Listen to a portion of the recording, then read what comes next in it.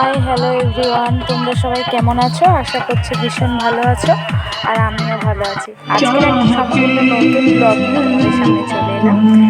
মাঝে একটা বিয়ে বাড়ি ছিল, সেখানে গিয়েছিলাম, তো সেখানকারই একটা ব্লগ। তো দেখো বিয়ে বাড়িটা কত সুন্দর করে গেটটা সাজিয়েছে, সামনেই তোমাদের দেখালাম।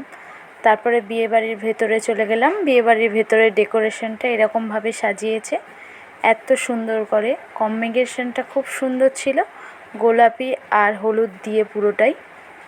তো খুব সুন্দর সুন্দর করে সাজিয়েছিল, আমি দেখলাম সেটা। তারপরে চলে গেলাম ফুচকা স্টলে।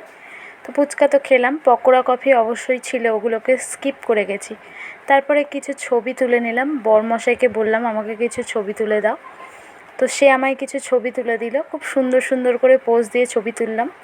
তারপর বউয়ের সঙ্গে না দেখা করেই তার সাজগোজের এত সময় লাগিয়ে দিয়েছিল সে, তো তার সঙ্গে না দেখা করেই খেতে চলে গেলাম। তো দেখো খেতে চলে গেলাম, বরমশাইয়ের মাথায় হাত। অনেকক্ষণ দেরি হচ্ছিল, ফার্স্ট ব্যাচ। তো তারপরে অবশেষে পাতা, নুন, লেবু এলো। তারপরে খাবার স্টার্ট হলো, ডাল, আলু ভাজা অবশ্যই, তারপরে মাছের ঝাল ছিল, তারপরে মাংস ছিল, তারপরে চাটনি ছিল, চাটনির পর পাঁপড় ছিল। তো একে একে দেখাচ্ছি, তোমরা দেখো।